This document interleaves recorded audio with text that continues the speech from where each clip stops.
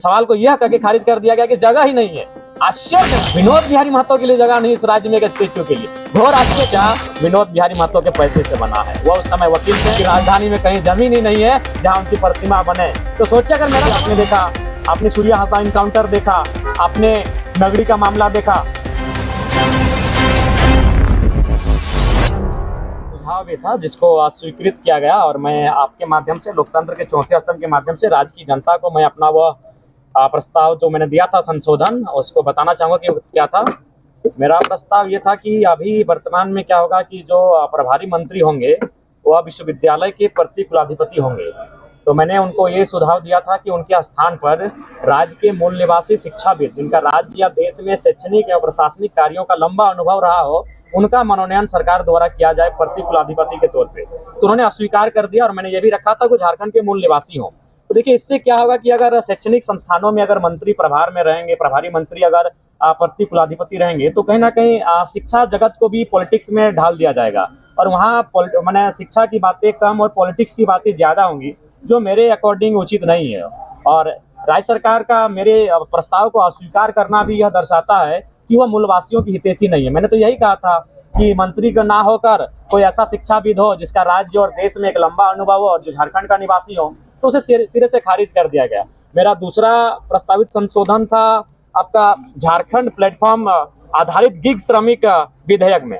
उसमें भी मैंने कहा था उनमें 3 प्रतिनिधि चयन करने की बात कही गई, जहां मैंने झारखंड के मूल निवासी को अंतः स्थापित किया जाए, ये प्रस्ताव मैंने दिया था, जिसको भी सरकार ने अस्वीकृत कर दिया।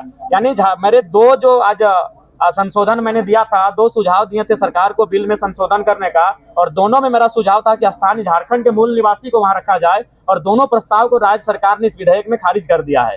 तो इससे ये स्पष्ट हो जाता है कि राज्य सरकार भले मंचों में आकर घड़ियाली आंसू बहाए, मंचों में ये कहे कि हम आदिवासी मूलवासी की सरकार हैं, लेकिन आज मेरे संशोधन को खारिज करना, मेरे प्रस्ताव को खारिज करना, अस्वीकार करना उनकी मंशा को साफ दर्शाता है कि वो राज्य का हितकर नहीं है, वो राज्य के मूलवासियों का, आदिवासियों का भला नहीं चाहती है। और एक मजेदार बात आपको मैं बताऊंगा, मेरा एक सवाल था कि क्या विनोद बिहारी महतो जो दिसम गुरु शिबू सोरेन के राजनीतिक गुरु कहिए, जो शिबू सोरेन ने सार्वजनिक मंचों में स्वीकार किया, दिसम गुरु ने राजनीतिक पिता करके संबोधन किया है, क्या उनकी प्रतिमा इस राजधानी में कहीं लगाएंगे?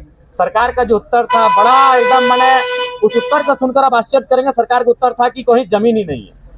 अगर विनोद बिहारी महतो के स्थान पर अगर मेरा सवाल ये होता कि आप गुरु जी की प्रतिमा लगाएंगे, तो सरकार का क्या उत्तर होता?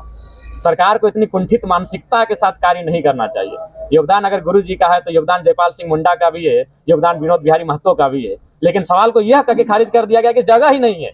आश्चर्यजनक, विनोद बिहारी महतो के लिए जगह नहीं इस राज्य में एक स्टेच्यू के लिए। घोर आश्चर्यजनक, जिस विनोद बिहारी महतो ने दिसम गुरु को अपने घर में रखा और उन्हें पढ़ाया, उन्हें राजनीति में लाया, और साफ शब्द में झारखंड मुक्ति मोर्चा विनोद बिहारी महतो के पैसे से बना है। वह उस समय वकील थे, दिसम गुरु इतने सक्षम नहीं थे। बेशक वो एक बहुत बड़े मास लीडर थे, संथालों की बहुत बड़ी आबादी होती है, इसलिए कॉमरेड एके राय और विनोद बाबू ने प्राथमिकता दी थी कि इस शख्स को बड़ा नेता बनाना है, उन्होंने बना दिया। लेकिन जो पैसा लगा था वो विनोद बिहारी महतो का था, वकालती का पैसा लगा था। जो कागज और कलम और स्याही लगी थी झारखंड मुक्ति मोर्चा बनने में, वो विनोद बिहारी महतो का था। और सरकार का उत्तर है कि राजधानी में कहीं जमीन ही नहीं है जहां उनकी प्रतिमा बने। तो सोचिए अगर मेरा सवाल जस्ट खाली विनोद बिहारी नाम के जगह पर जयपाल सिंह मुंडा या दिसम गुरु शिबू सोरेन का होता, तो सरकार का क्या उत्तर होता? क्या सरकार को इस प्रकार से संकीर्ण राजनीति करनी चाहिए? इस प्रकार से संकीर्ण सोच रखनी चाहिए? ये दुर्भाग्य है राज्य की सरकार का। उसके बाद ये मेरा ही सुझाव था, अभी जो आप बहस देख रहे हैं कृषि को लेकर, अभी जो आप बहस देख रहे हैं अत्यधिक वर्षा को लेकर, ये मेरा ही सुझाव था सर्वदलीय बैठक में, और इस पर हमने अपना राय प्रकट किया है कि इस बार बारिश 33-32% ज्यादा हुई है। अतः जहां जहां क्षति हुई है, चाहे सड़क की क्षति हो, पुल की क्षति हुई हो, या किसी सेक्टर की क्षति हुई है, उसकी एक कम अवधि में भरपाई की जाए, और विशेषकर किसानों के लिए 500 करोड़ का एक बजट जो क्षति के लिए निर्धारित किया जाए। जिनके आवास का क्षतिग्रस्त हुआ है उन्हें कम समय में आवास अलॉटमेंट किया जाए, और जो अगर निधन हो जाता है, किसी की मृत्यु हो जाती है इस आपदा में, तो 10 लाख का मुआवजा उस परिवार को मिले, ये मैंने सरकार से मांग किया है। ये 2 जो मेरा प्रस्ताव मैं लेके आया था विधेयक संशोधन में, उन दोनों प्रस्ताव मैंने स्थानीय व्यक्ति का ही सुझाव किया था, और दोनों प्रस्ताव को अस्वीकृत कर दिया गया।